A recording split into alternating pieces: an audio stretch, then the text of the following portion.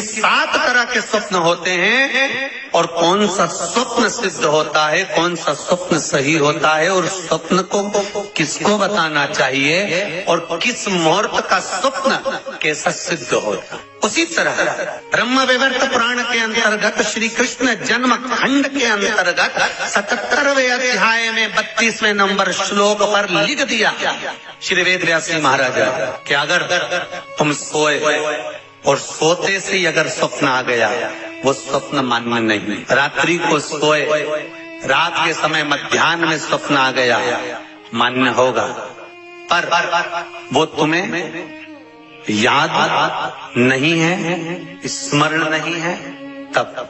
और फिर कहा ब्रह्म मुहूर्त में अगर आपने कोई स्वप्न देख लिया और स्वप्न श्रेष्ठ है, किसी से नहीं कहा, तो वो स्वप्न 2.5 महीना 3 महीने में सिद्ध हो जाता है, सम्मुख में प्रकट हो जाता है। स्वप्न की हाँ, स्वप्न में अगर सांप दिख रहा है, स्वप्न में सर्प नजर आ रहा है, पान का पत्ता, तांबुल पान का पत्ता, उस पान के पत्ते पर एक लाल चंदन से सर्प बना और सर्प बनाकर उसका शिव मंदिर में स्पर्श कराकर बहते पानी में छोड़कर आ जाइए, सर्प दिखना बंद। स्वप्न में कभी नहीं दिख सकता सर्प का। आज भी नियम है, शिव जी की बारात निकली थी, सामने से अर्थी आई थी, तब शंकर की बारात निकली थी। हिंदू धर्म की रीति है, आज भी आप कोई अच्छा काम करने जा रहे हो, सामने से अगर मुर्दा आता दिख जाए, अर्थी आती दिख जाए, समझ लेना तुम्हारा काम सफल हो जाएगा, तुम्हारा कार्य सफल हो जाएगा, समझ लेना। आज भी नियम है, सामने से मुर्दा आते दिख जाए तो कार्य सफल है।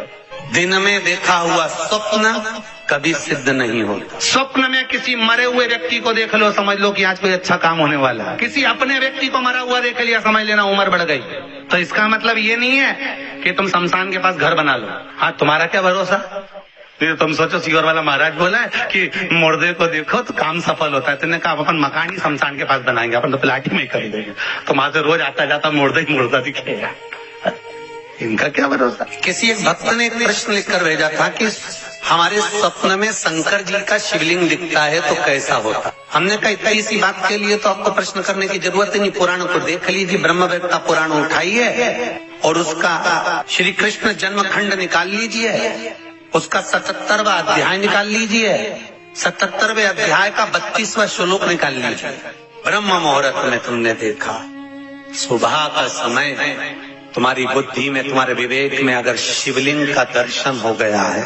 जिस बच्चे ने प्रश्न करा है, अगर वो कथा सुन रहा हो, वो कह रहा था कि हमारे गांव में लाइट नहीं रहती तो टीवी नहीं चलती, इसलिए मोबाइल पे सुनते हैं। तो मोबाइल पे अगर सुन रहे हो बेटा तो ध्यान करना कि अगर ब्रह्म मुहूर्त में शिवलिंग का दर्शन किया है तो जिस कार्य में आगे बढ़ोगे उस कार्य में तुमको मात्र 3 महीने में सफलता प्राप्त हो जाएगी। अगर शिवलिंग का दर्शन, शिवलिंग का दर्शन मात्र चाहे स्वप्न में हो चाहे हकीकत में हो, जीवन की सफलता देता है, वो सफलता प्रदान करता है। शिवलिंग का दर्शन अगर आप स्वप्न में भी कर रहे हो, शिवलिंग का दर्शन आप अगर हकीकत में भी कर रहे हो, वो आपको फल देगा। नाग नागिन का जोड़ा ही ऐसा होता है, पति जाए तो पत्नी बदला लेती है, पत्नी जाए तो पति बदला लेता है। इसलिए हिंदू धर्म की रीति है, गाड़ी के नीचे हाथ में किसी भी रूप में अगर आपसे सर्प मरा है, सर्प की हत्या हुई है, या आपने किसी के द्वारा सर्प पकड़ा कर छुड़वा भी दिया है, तो निवेदन रहता है चांदी का एक नाग नागिन छोटा सा बनाकर, छोटा सा उसको शक्कर के कलश में रखकर बांध कर शिव मंदिर में रखकर आ जाइए, उसको दे दो शिव बाबा को कि अब हमारी तरफ से हमने हाजिरी लगा दी, हमसे दुख, हमसे गलती हुई, हम क्षमा चाहते हैं। गलती मनुष्य से होती है, मानव से होती है, हो गई गलती, अब आपको साथ याद रखिए।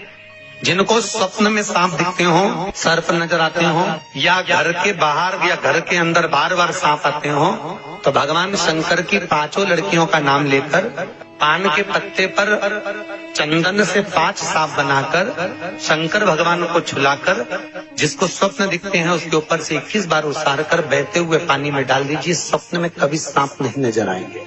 जिनको रात में नींद नहीं आती हो, टेबलेट खाकर सोना पड़ता हो, रात भर नींद नहीं आ रही हो, कुछ मत करो, सोने के पहले भगवान शंकर की 5 लड़कियों का नाम 11-11 बार ले लो, पलंग पर जैसी पढ़ो वैसी 11-11 बार नाम ले लो, आपको टेबलेट खाने की जरूरत नहीं पड़ेगी।